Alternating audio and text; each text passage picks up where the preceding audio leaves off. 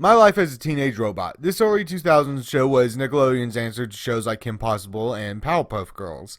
I always loved the show as a kid because it felt like another version of my favorite Nick show, Danny Phantom. However, instead of following a teen with ghost powers, we followed a teen robot. Now, it's been a few years since I sat down and watched an episode, but this episode was requested by my brother, so let's get into I Was a Preschool Dropout. This episode starts with Brad singing the Mickey Momo song that, despite years of not hearing the tune, I still managed to know the song. Man, I hate that song. So Brad and Jenny talk about the one-hit wonder song, and Jenny reminds Brad that she was built 5 years ago. Their school principal hears this and sends Jenny back to preschool. Okay, here's the problem with this setup. In real life, children can get into college young. Do a quick Google search for the youngest person in college, and you'll find people young enough to be in elementary school in college. I won't even pretend to pronounce the name of the 11-year-old college graduate that was at the top of the list. Now, when you take this into consideration, you realize this premise is flawed. Now, just because a premise is flawed doesn't mean the episode is bad, but we are barely in this episode. Anyway, police show up to take Jenny to the proper school, and I have to admit, they got a good joke in here. I don't know what it is about Brad being tackled by a cop that I find funny, I just thought it was. Step away from the toddler, sir! Toddler? What As Jenny is being dragged off, Brad yells at her that he'll call her mother and get this straightened out. So Jenny gets to the classroom and she tries to explain to the teacher that she is a teenager. The teacher then explains that she has to prove that she's smart enough to go back to high school. Okay, fair enough. The teacher introduces Jenny to the class before starting the lesson, which is learning about the alphabet. Jenny keeps trying to answer because she wants to leave, but the teacher refuses to acknowledge her.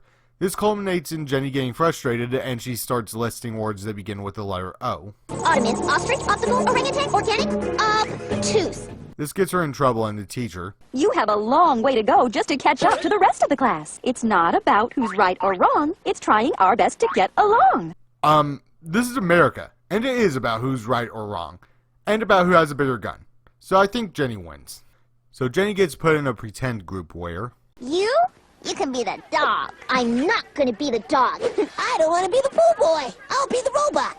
I am an actual robot. Zoop, zip, zip, ring, zip. I find that offensive!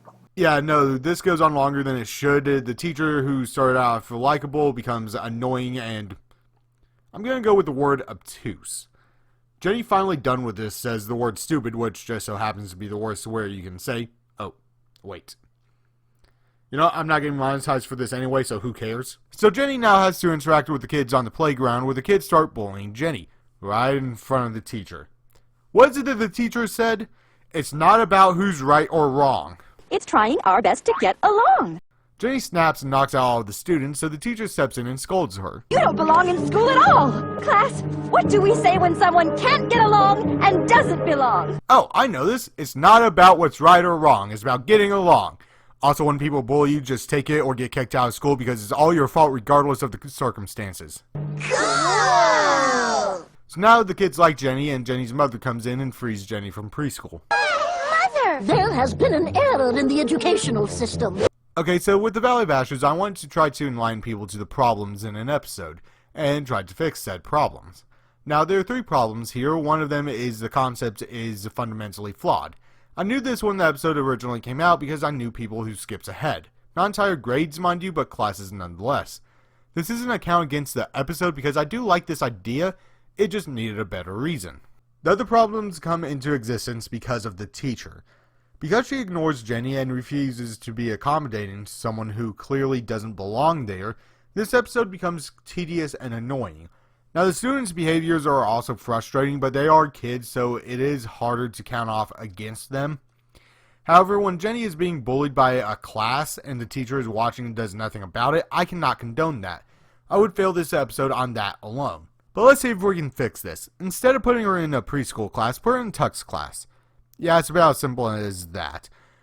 She would be able to prove that she's a high schooler easier, or if you don't want to go on that path, we would have less of an annoying time with the students, as Tuck's class would generally accept Jenny, and we wouldn't have to go through the whole teacher not stepping in when another student is being bullied. Overall, this episode gets a 4 out of 10. If it wasn't for a few minor problems, it would be passable, but they missed the mark by just that much.